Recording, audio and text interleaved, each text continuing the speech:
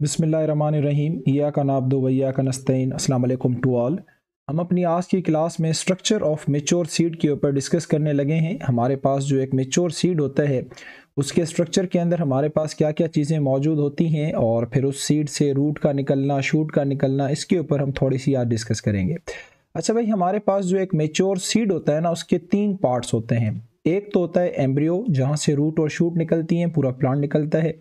दूसरी होती है सीड कोट, जो कि सीड की सबसे बाहर वाली कवरिंग होती है, उसे कवर देती है। और तीसरा हमारे पास एंडोस्पर्म या फिर कोटिलेडन होते हैं, जो कि फूड स्टोरिंग टिश्यू होते हैं। इनके ऊपर भी मैं डबल फर्टिलाइजेशन के अंदर आप लोगों को बता चुका हूँ और कैसे बनते हैं ये भी बता चुका हूँ।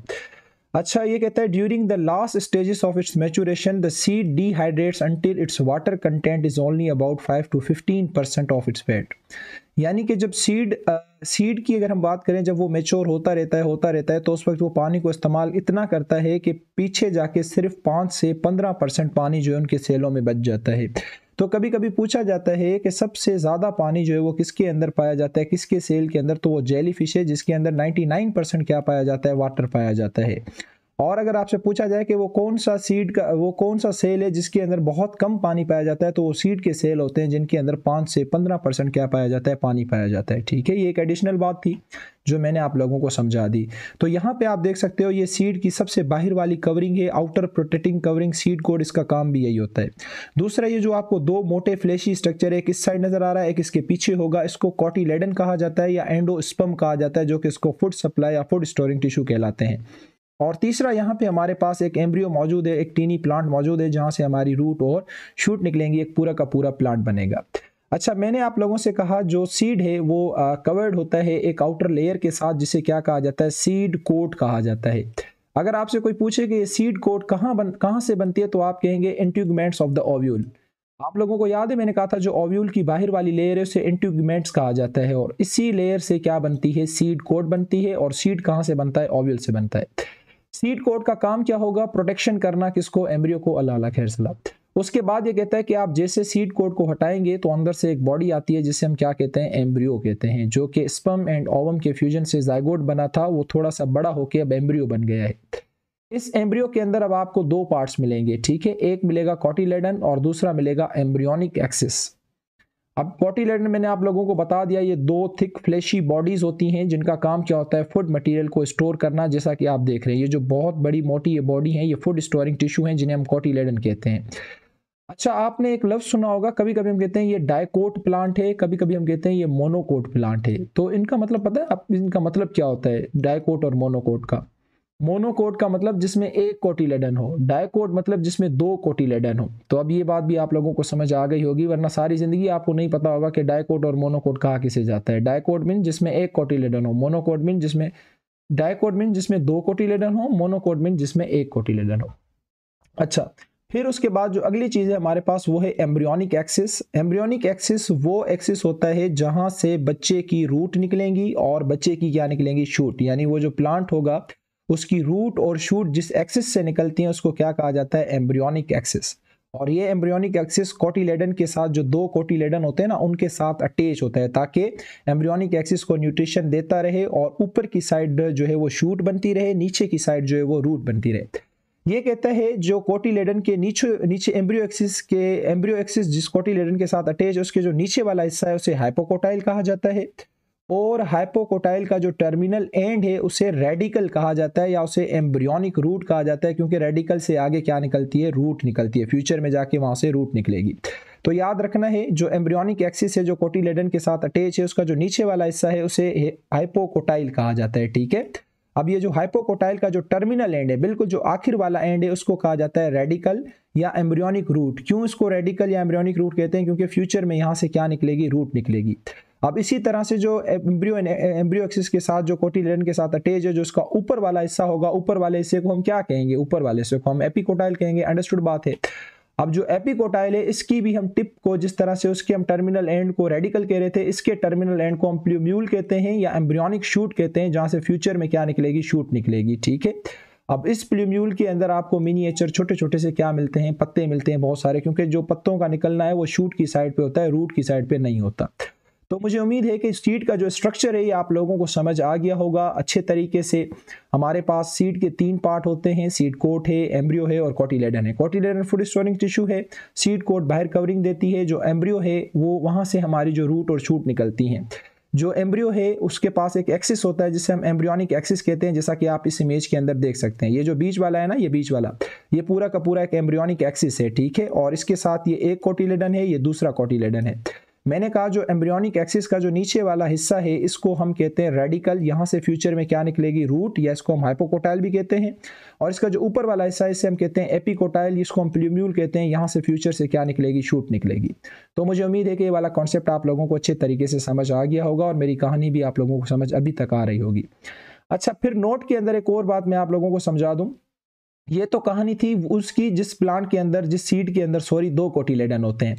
अब हम बात कर लेते हैं मोनोकोट की। The seed of monocot has only one special single cotyledon called as scutellum. जो हमारे पास मोनोकोट होते हैं ना, जिनके अंदर एक ही कोटिलेडन होता है, उनके अंदर एक स्पेशल जो है कोटिलेडन मौजूद होता है जिसे हम स्क्यूटिलम कहते हैं। लैटिन लैंग्वेज का वर्ड है जिसका मतलब स्क्यूटेल होता है।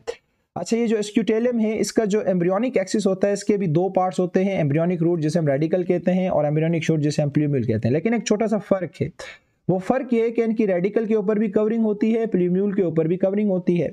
जो एम्ब्रियोनिक रूट की जो रेडिकल की जो कवरिंग है, उस शीट की जो कवरिंग है उसे क्या कहा जाता है, कोलियोरीजा कहा जाता है, कोलियोरीजा, ठीक है। और जो एम्ब्रियोनिक शूट की जो कवरिंग होती है यानी कि प्लूम्यूल की जो कवरिंग होती है उसे कोलियोप्टाइल कहा जाता है। तो आप लोगों ने परेशान नहीं होना कि ये कोलियोरीजा और ये कोलियोप्टाइल क्या है, ये जस्ट इनकी रूट और शूट के ऊपर, रेडिकल और प्लूम्यूल के ऊपर क्या होती हैं, कवरिंग होती हैं। तो मुझे उम्मीद है कि सीड का स्ट्रक्चर जो है आप लोगों को अच्छे तरीके से समझ आ गया होगा। तो यहाँ पे आप देख सकते हैं ये हमारे पास क्या है, हाइपोकोटाइल है, और यहाँ पे हमारे पास ये क्या है, ये एपिकोटाइल है। और इस तरह से नीचे से रूट निकलती है तो इसको रेडिकल कहा जा रहा है। बाकी इसका जो प्लूम्यूल होगा वो अंदर होगा तो इसलिए दिखाया हुआ नहीं है। बाकी ये जो बाहर आपको नजर आ रहे हैं ये क्या है, ये कोटिलेडन है, ठीक है। बाहर ये फूड स्टोरिंग टिश्यू है जो कि इसको फूड दे रहा है। अच्छा, नेक्स्ट जो हमारे पास टॉपिक है वो है सीड डोरमेंसी। सीड डोरमेंसी का मतलब होता है रेस्टिंग स्टेज या sleeping stage of the seed. बाज औकात ऐसा होता है जो सीड है वो कभी कभी जर्मिनेट नहीं होता, वो रेस्टिंग स्टेज में या स्लीपिंग स्टेज में चला जाता है जिसे हम सीड डोरमेंसी कहते हैं। और ये कहता है कि ये जो सीड डोरमेंसी है ये सीड के लिए फेवरेबल होती है। मैं समझाता हूँ कैसे। अच्छा, पहले थोड़ा सा पढ़ ले फिर समझाता हूँ कि फेवरेबल कैसे होती है।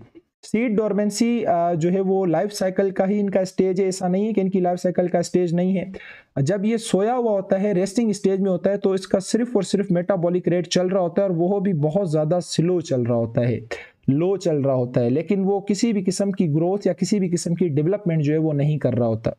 मैंने आपको बताया कि देखो अगर हमारे पास कोई एक ऐसा सीड है उसके पास सीड डोरमेंसी का ऑप्शन नहीं होता।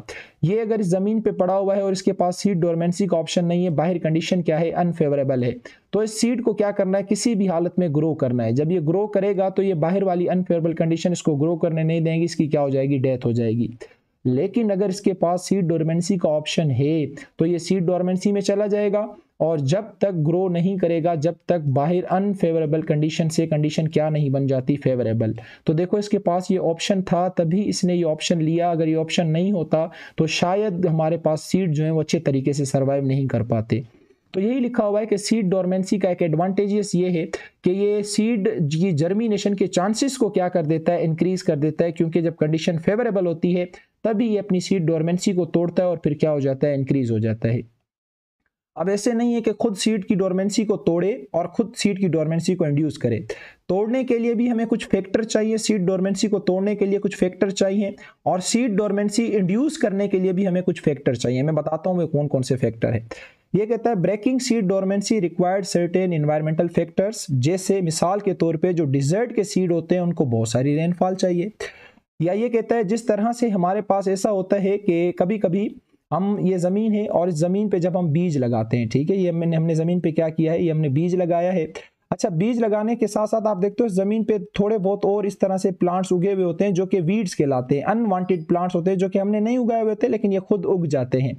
अब होता ये है कि जो भी हम न्यूट्रिशन इस सीड को देते हैं ना, वो सारी न्यूट्रिशन ये सारे ले लेते हैं, ठीक है। अब इस तरीके से सीड को सही से न्यूट्रिशन मिलती नहीं है तो सीड जो है वो जर्मिनेट नहीं हो पाता। तो हम क्या करते हैं, सीड लगाने से पहले ज़मीन को आग लगा देते हैं, ठीक है। ज़मीन पे जितना भी कचरा होता है वो सारा का सारा जल जाता है। जलने के बाद क्या होगा, कंपटीशन खत्म हो जाएगा। अब इसके ये सीड जो है इनके साथ कंपटीशन नहीं करेगा, पहले तो कंपटीशन कर रहा था और इनकी अमाउंट ज्यादा थी तो इसे जीत रहे थे। अब कंपटीशन नहीं होगा, जो भी आप फूड दोगे वो सारा का सारा ये सीड लेगा, तो इसकी जर्मिनेशन के चांसेस क्या हो जाएंगे, ज्यादा हो जाएंगे। तो जमीनों पे आप लोगों ने बहुत बार देखा होगा हम आग लगा देते हैं, इसका एक तो फायदा ये वीड्स खत्म हो जाते हैं, दूसरा जो माइक्रो ऑर्गेनिज्म वगैरह होते हैं ना वो भी क्या हो जाते हैं, खत्म। अच्छा, तीसरा वो जमीन जब गर्म हो जाती है तो कुछ सीड ऐसे होते हैं जिनकी डोरमेंसी को तोड़ने के लिए हमें थोड़ी सी हीट चाहिए होती है, थोड़ा सा गर्म इन्वायरमेंट चाहिए होता है, तो ये भी एक बेनिफिट हो जाता है। Like where natural fires are common, many seeds require intense heat, किसी किसी को हीट ज्यादा चाहिए होती है सीड डोरमेंसी को तोड़ने के लिए। उसके अलावा फायर का दूसरा फायदा क्या है, ये फायदा है कि उससे कंपटीशन क्या हो जाता है, खत्म हो जाता है। Because after fire all plants become die, सारे प्लांट मर जाते हैं। So seed can easily get all nutrients required for growth, सारे न्यूट्रिएंट्स खुद लेगा और ग्रोथ कर लेगा। अच्छा, उसके अलावा जो विंटर्स होते हैं जहाँ पे कंडीशन हार्श होती हैं उनको कोल्ड एक्सपोजर चाहिए होता है। जहाँ पे कंडीशन विंटर्स वाले जो सीड्स होते हैं वो हार्श अगर उस पे होंगे तो वो कभी भी नहीं होंगे, तो उनको कोल्ड एक्सपोजर चाहिए। हमारे पास यहाँ पे एप्पल क्यों नहीं होता, एप्पल इसलिए नहीं होता क्योंकि एप्पल की सीड जर्मिनेशन के लिए हमारे पास वो टेम्परेचर नहीं है। हम कहते हैं बाहर ऊपर पंजाब की ऊपर साइड पे ये सारी चीजें होती हैं क्योंकि वो ठंडे इलाके हैं, वहां पे उनको सीड को जो डोरमेंसी उनकी हो जाती है। तो यही रीजन होता है कि कुछ हमारे पास फल फ्रूट यहाँ पे होते हैं और कुछ फल फ्रूट यहाँ पे नहीं होते हैं। सही है, तो मुझे उम्मीद है ये वाला कॉन्सेप्ट भी आप लोगों को समझ आ गया होगा। अच्छा, उसके अलावा कभी कभी ऐसा होता है कि हम बीज लेते हैं और उसको बिल्कुल ही जमीन के अंदर बिल्कुल अंदर डाल लेते हैं तो सीड की डोरमेंसी नहीं होती। क्यों? क्योंकि कुछ सीड ऐसे होते हैं, जैसे लेट्यूस एक प्लांट है, इसका जो सीड होता है ना, इसको लाइट चाहिए होती है, रोशनी चाहिए होती है जर्मिनेशन के लिए या सीड डोरमेंसी को तोड़ने के लिए। और आपने अगर इसको जमीन के बिल्कुल इस सरफेस पे जाके दबोया तो लाइट कहाँ से पड़ेगी, तो इनको सरफेसली ब्यूरेट करना पड़ता है, यानी ऊपर ऊपर जमीन में लगाना पड़ता है ताकि इनके ऊपर लाइट गिरे और ये आसानी से ब्रेक अपनी सीड डोरमेंसी को तोड़ें और जर्मिनेशन करें। तो क्या लिखा हुआ है, लाइक स्मॉल सीड्स जैसे लेट्यूस वगैरह है, इनको लाइट वगैरह ज़्यादा चाहिए होती है जर्मिनेशन के लिए या सीड की डोरमेंसी के लिए तोड़ने के लिए। So these seeds are must bored superficially, तो ऐसे जो बीज होते हैं उनको ऊपर ऊपर ज़मीन पे लगाना चाहिए ताकि अच्छे से लाइट पड़े और इनकी जो सीड डोरमेंसी है वो टूट जाए। अच्छा, ये कहता है कि हमारे पास कुछ ऐसे सीड्स भी होते हैं जिनकी हार्ड जो कोट होती है सीड कवरिंग वो बहुत ज़्यादा हार्ड होती है, तो उनको वीक बनाया जाता है केमिकल्स को आगे करके, यानी उनको केमिकल्स से फेस करवा के उनकी कवरिंग को वीक बनाया जाता है। देखिए ये मैकेनिज्म कितना खूबसूरत है। हम क्या करते हैं, ये जो सीड जिनकी सीड कोड हार्ड होती हैं हम ये देते हैं एनिमल को, और जब वो एनिमल के डाइजेस्टिव सिस्टम में जाते हैं तो वहाँ पे बहुत सारे एंजाइम्स मौजूद होते हैं, तो इनका मुकाबला जब उन एंजाइम से होता है तो वो सीड को तो खैर डाइजेस्ट नहीं कर पाते, लेकिन उसकी सीड कोड को ये क्या बना देते हैं, सॉफ्ट बना देते हैं, लूज बना देते हैं। नतीजे में वो फिर एनिमल जैसे क्या करते हैं, अनडाइजेस्टेड फूड के साथ उस सीड को मैन्यूर से, उनके जो गोबर फीसिस वगैरह होते हैं उनसे बाहर निकालते हैं, तो वो सीड जैसे जमीन पे गिरते हैं तो वहाँ पे आसानी से क्या हो जाते हैं, जर्मिनेट हो जाते हैं। देखें ये भी अल्लाह ताला की कुदरत है, कैसी शान है। Inside the digestive system, seeds exposed to the chemicals of digestive system, नतीजे में क्या होगा, जो सीड कोट होंगे वो वीक हो जाएंगे, और जैसे एनिमल उन सीड को पास करेगा मैन्यूर के साथ, फीसिस गोबर वगैरह के साथ, तो वो एनवायरनमेंट सीड के अंदर आएगा और आसानी से जर्मिनेट हो जाएगा और अपनी सीड डोरमेंसी को तोड़ देगा। मैंने आपको बताया जो सीड डोरमेंसी है डिपेंड करती है प्लांट टू प्लांट के प्लांट कौन सा और एनवायरमेंटल कंडीशन के ऊपर। ऐसा भी हो सकता है कि आपका सीड जो है वो डोरमेंट रहे कई दिनों तक, कई मंथ तक और कई ईयर तक। ये कहता है beside that there are some hormones, कुछ ऐसे हार्मोन्स हैं जो कि सीड डोरमेंसी इंड्यूस करते हैं और कुछ ऐसे हैं जो कि सीड डोरमेंसी तोड़ते हैं। जैसे इथीन है या फिर साइटोकाइनिन है, ये सीड डोरमेंसी को क्या करते हैं, तोड़ते हैं। और एब्सिसिक एसिड एक हार्मोन है जो कि सीड डोरमेंसी को क्या करता है, इंड्यूस करता है। ये तीनों हार्मोन मैं चैप्टर नंबर 3 में पढ़वा चुका हूँ और लेक्चर भी मैं जो है वो अपलोड कर चुका हूँ। अच्छा, अब हमारे पास जो लास्ट टॉपिक है वो भी हम इसी के साथ जोड़ देते हैं। अब इसके लिए कौन अलग जो है वो लेक्चर बनाएगा। इस इमेज से आपको पता चल रहा होगा कि मैं आप लोगों को क्या पढ़वाने लगा हूं, तो मैं आप लोगों को सीड जर्मिनेशन पढ़वाने लगा हूं। अच्छा, सीड जर्मिनेशन से क्या मुराद होता है आप लोगों को पता होगा।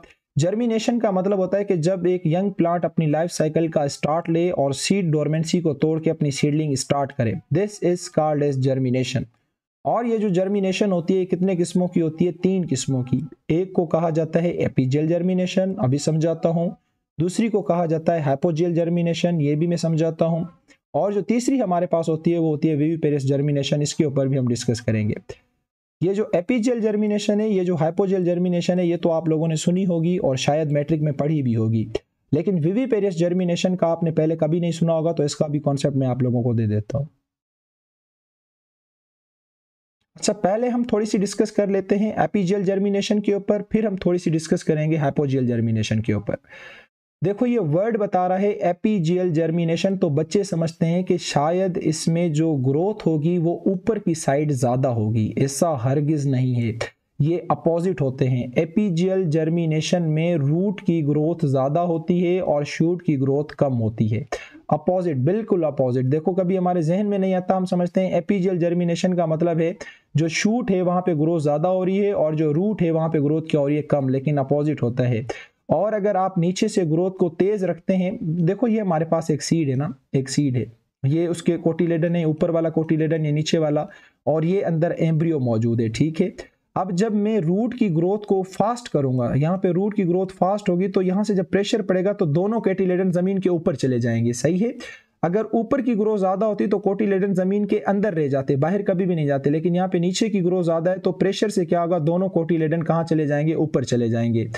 एसी जर्मिनेशन जिसमें रूट की ग्रोथ ज्यादा हो, शूट पे ग्रोथ कम हो, दोनों कोटिलेडन जमीन से बाहर निकल आए, एसी को कहा जाता है epigeal germination. It is a kind of germination in which cotyledons are carried above the swell due to rapid growth of the hypocotyl. नीचे जो रेडिकल है, नीचे जो रूट है, वहां पे ग्रोथ रैपिड हो रही है, तो नतीजे में जो कोटिलेडन्स हैं वो जमीन से कहां चले जाते हैं, ऊपर चले जाते हैं। अच्छा, जब कोटिलेडन के अंदर थोड़ी बहुत भी एनर्जी होती है ना, तो कुछ प्लांट ऐसे होते हैं उन कोटिलेडन को सीधा कर देते हैं, फ्लैट, फिर वो ग्रीन होने लग जाते हैं और वो पत्तों की तरह बिहेव करते हैं और फोटोसिंथेसिस का प्रोसेस भी स्टार्ट कर देते हैं, जिस तरह से कैस्टर ऑयल का जो सीड है वो इस तरह की हरकत करता है। वरना नॉर्मली ये होता है कि कोटिलेडन बाहर निकल के, जमीन से बाहर निकल के फिर गिर जाते हैं, क्योंकि इनका जो फूड होता है वो तो सारा प्लांट ले चुका होता है। लेकिन कुछ प्लांट ऐसे हैं, जैसे मैं कैस्टर ऑयल का बता रहा हूँ, इसके अंदर जो कोटिलेडन है ये क्या होता है, फ्लैट, ग्रीन और लीफ की तरह बन जाता है, फिर फोटोसिंथेसिस करता रहता है। अच्छा, दूसरी जो है वो हाइपोजियल जर्मिनेशन। अब इसमें बच्चे समझते हैं कि शायद जो ग्रोथ है वो नीचे तेज हो रही है, नहीं, इसमें अपोजिट होगा। जो ग्रोथ होगी वो एपिकोटाइल पे रैपिड होगी, शूट वाली जगह पे रैपिड होगी और रूट वाली जगह पे क्या होगी, कम होगी। अब जाहिर सी बात है, जब आप इसको ऊपर से ग्रोथ ज्यादा करवाओगे तो कोटिलेडन ऊपर जाएंगे, नीचे रहेंगे, अंडरस्टूड बात है। ऊपर से इतना प्रेशर है तो ये जमीन के अंदर ही रह जाते हैं। तो हाइपोजियल जर्मिनेशन में क्या होता है, जो कोटिलेडन है वो जमीन के अंदर रह जाते हैं, एपिकोटाइल पे ग्रोथ ज्यादा होती है, हाइपोकोटाइल पे ग्रोथ कम होती है। इस टाइप की जर्मिनेशन को क्या कहा जाता है, hypogeal germination. It is a kind of germination during which cotyledons remain inside the soil, मिट्टी के अंदर रह जाएंगे। क्यों? क्योंकि जो ग्रोथ हो रही है वो रैपिड हो रही है, कहां पे, एपिकोटाइल पे, शूट पे रैपिड हो रही है, रूट पे कम हो रही है, हाइपोकोटाइल पे कम हो रही है। लाइक इन मेज ग्रेन, पी या फिर ग्राम चने वगैरह या पिटर वगैरह जो इनके अंदर होते हैं, इनके अंदर इस तरह की जर्मिनेशन होती है। अच्छा, एक जो हम यहाँ पे हम देख लेते हैं, ये हमारे पास क्या है, एपीजियल जर्मिनेशन है। आप लोगों को देखो कोटिलेडन कहाँ नजर आ रहे हैं, बाहर नजर आ रहे हैं, यहाँ पे भी बाहर, यहाँ पे भी बाहर। ये हमारे पास हाइपोजियल जर्मिनेशन है, इसमें कोटिलेडन आपको कहाँ नजर आ रहे हैं, अंदर नजर आ रहे हैं, ठीक है। तो एपीजियल जर्मिनेशन के अंदर रूट की ग्रोथ तेज होती है, हाइपोजियल जर्मिनेशन के अंदर शूट की ग्रोथ तेज होती है। फर्क आपको पता होना चाहिए। उसके बाद हमारे पास जो लास्ट है वो है विविपेरियस जर्मिनेशन, जो कि आप लोगों ने पहले कभी नहीं सुनी होगी, ये भी मैं आप लोगों को समझा देता हूँ। अच्छा, नॉर्मली क्या होता है कि जब तक सीड अपनी पेरेंट की बॉडी के साथ लगा हुआ है तो वहां पे जर्मिनेशन नहीं होती। वो सीड जब जमीन पे गिरेगा तो जमीन पे गिरने के बाद जर्मिनेट करेगा। लेकिन अगर ऐसा हो कि सीड पेरेंट की बॉडी के साथ लगा हुआ है और वहीं से जर्मिनेशन स्टार्ट हो जाए, तो इस टाइप की जर्मिनेशन को क्या कहा जाता है, विविपेरियस जर्मिनेशन। अब ये तो हमें पता चल गया कि विविपेरियस जर्मिनेशन क्या है, एक ऐसी जर्मिनेशन जिसमें सीड पेरेंट की बॉडी के साथ लगा हुआ है लेकिन जर्मिनेशन क्या हो गई, स्टार्ट हो गई है। अब हमने रीजन ढूंढना है कि आखिरकार प्लांट इस तरह की जर्मिनेशन क्यों करता है, या कौन से प्लांट करते हैं, किस एनवायरमेंट वाले करते हैं, ये हमने देखना है। A totally different kind of germination, जिसमें सीड की जर्मिनेशन होती है तब जब वो अपनी पेरेंट की बॉडी के साथ क्या होता है, अटैच होता है। इसमें क्या होगा, जो रूट वाला हिस्सा है वो क्या होता है, इलोंगेट होता है। आपको यहाँ पे नजर आ रहा होगा, अगर आप थोड़ा सा फोकस करें तो ये आपको नजर आ रहा होगा, नीचे रेडिकल इसकी क्या हो रही है, रूट वाला हिस्सा ग्रो कर रहा है। यहाँ पे भी रूट वाला हिस्सा क्या कर रहा है, ग्रो कर रहा है। यहाँ पे ये बिल्कुल क्या कर रहा है, थोड़ा सा स्टार्ट ले रहा है। तो ये कहता है द रेडिकल इलोंगेट, पहले इलोंगेट होगा, बड़ा होगा, स्वेलअप करेगा और हैवी हो जाएगा। जैसे हैवी होगा तो हैवी वेट की वजह से ये पेरेंट की बॉडी से यहाँ से टूटेगा, पेरेंट की बॉडी से सेपरेट हो जाएगा और फिर जो सॉफ्ट मड होगी वहाँ पे वर्टिकली जाके ये क्या हो जाता है, गिर जाता है और ज़मीन के अंदर दब जाता है और फिर अपनी ग्रोथ को क्या कर देता है, स्टार्ट कर देता है। इस टाइप की जर्मिनेशन वो प्लान करते हैं जो मार्श प्लेसेस पे रहते हैं, साल्टी प्लेसेस पे रहते हैं, जिस तरह से कोकोनट का हो गया या पाल्म का हो गया। ये ऐसी हरकत क्यों करते हैं? क्योंकि इनको पता है कि अगर हम ज़मीन पे गिरेंगे तो इनका जो एनवायरनमेंट है वो सीड की जर्मिनेशन होने नहीं देगा। साल्टी प्लेसेस पे जर्मिनेशन नहीं हो सकती, तो ये अपनी जर्मिनेशन ऊपर से ही करके आते हैं। तो मुझे उम्मीद है कि ये जो विविपेरियस जर्मिनेशन वाला कॉन्सेप्ट है ये आप लोगों को अच्छे तरीके से जो है वो समझ आ गया होगा। अच्छा, इसके साथ एक छोटी सी चीज़ और जुड़ी हुई है, वो भी मैं आप लोगों को समझा दूं। ये कहता है जर्मिनेशन डिपेंड करती है एम्बिवेशंस के ऊपर। एम्बिवेशन समझते हो किसे कहा जाता है? देखो, ये हमारे पास सीड है और हमने कहा कि ये एम्ब्रियो है और ये इसके कोटिलेडन है और ये सीड कोट है। अब ये सीड कोट जो होती है ये हार्ड होती है। जब तक ये सीड कोट रप्चर नहीं होगी ना, तब तक एम्ब्रियो यहाँ से ग्रो नहीं करेगा। और सीड कोट को रप्चर करने के लिए पहले हमें सीड कोट को क्या करना पड़ेगा, सॉफ्ट बनाना पड़ेगा ना, नरम बनाना पड़ेगा। और इसको सॉफ्ट बनाने के लिए हम क्या करते हैं, इसको पानी के अंदर डाल देते हैं। ठीक है, जब हम इसको पानी के अंदर डाल देते हैं तो ये जो सीड की कोट है ये क्या हो जाती है, सॉफ्ट हो जाती है। आप रात को क्या करते हो, चने भिगो देते हो ना। जब रात को चने भिगोते हो तो उन चनों की साइज सुबह में क्या हो जाती है, बड़ी हो जाती है। क्यों? क्योंकि उनकी सीड कोट जो है वो क्या हो जाती है, सॉफ्ट हो जाती है और उन्होंने बहुत सारा पानी अपने अंदर क्या कर लेना होता है, स्टोर कर लेना होता है। इसी तरह से जब हम सेला चावल, बिरयानी वाले जो चावल पकाते हैं, पहले उनकी साइज इतनी होती है, जब उनको हम भिगो के रखते हैं, सुबह उठा के देखते हैं या 2-3 घंटे के बाद, तो उनकी साइज इतनी हो जाती है। क्यों? क्योंकि इन सीड की जो सीड कोट होती है वो सॉफ्ट हो जाती है और उसके बाद फिर इनके अंदर पानी अंदर जाता है और इसके बाद ये साइज में क्या कर जाते हैं, इंक्रीज। इस प्रोसेस को कहा जाता है इम्बिबेशन और ऐसे सीड को कहा जाता है इम्बाइबेड सीड। तो मुझे उम्मीद है कि ये वाली बात आप लोगों को समझ आ गई होगी। अब ये भी पता चल गया कि सुबह में चने रखे तो रात को चने मोटे क्यों हो गए, चावल मोटे क्यों हो गए, इसका भी जवाब आखिरकार आप लोगों को मिल ही गया। इम्बिबेशन का मतलब होता है entering of water inside the seed, seed के अंदर पानी का जाना और सीड की कोट को लोस कर देना, सॉफ्ट कर देना, ये क्या कहलाता है, इम्बिबेशन कहलाता है। और ऐसा सीड इम्बाइबेड सीड कहलाता है। Imbibition causes the seed to expand and rupture its seed coat and induce metabolic changes in the embryo. In result, the growth of embryo become stop. Growth उसकी स्टॉप हो जाएगी। एंजाइम वगैरह जितने भी होंगे वो कोटिलेडन को, फूड स्टोरिंग टिश्यू को डाइजेस्ट करेंगे और फिर क्या करेंगे, वो जैसे एम्ब्रियो को देंगे तो उसकी एम्ब्रियो की ग्रोथ क्या हो जाएगी, फिर स्टार्ट हो जाएगी। The first organ emerge from the seed is radical. देखो कितनी इंपॉर्टेंट बात आप लोगों को बता के जा रहा है। जो सीड से पहला ऑर्गेन निकलता है वो रेडिकल होता है, रूट निकलती है, कभी भी शूट नहीं निकलती। फिर जो नेक्स्ट निकलता है वो आपका प्ल्यूम्यूल होता है, यानी कि आपकी एम्ब्रियोनिक शूट होती है। तो मुझे उम्मीद है कि ये तीनों टॉपिक आप लोगों को अच्छे तरीके से समझ आ गए होंगे। आप इसको पढ़ें, अच्छे तरीके से समझें। जहाँ प्रॉब्लम होती है आप कमेंट बॉक्स में आके मुझसे पूछ सकते हैं। ये लेक्चर मैं थोड़े बड़े करके बना रहा हूँ क्योंकि मेरे पास इतना टाइम नहीं है। तो आप लोग इसको पॉज करके एक टॉपिक पढ़ के फिर थोड़ा सा रेस्ट करके फिर दूसरा टॉपिक, फिर तीसरा, इस तरह से आप इसको पढ़ सकते हैं। अल्लाह हाफिज़, अपना बहुत सारा ख्याल रखिएगा।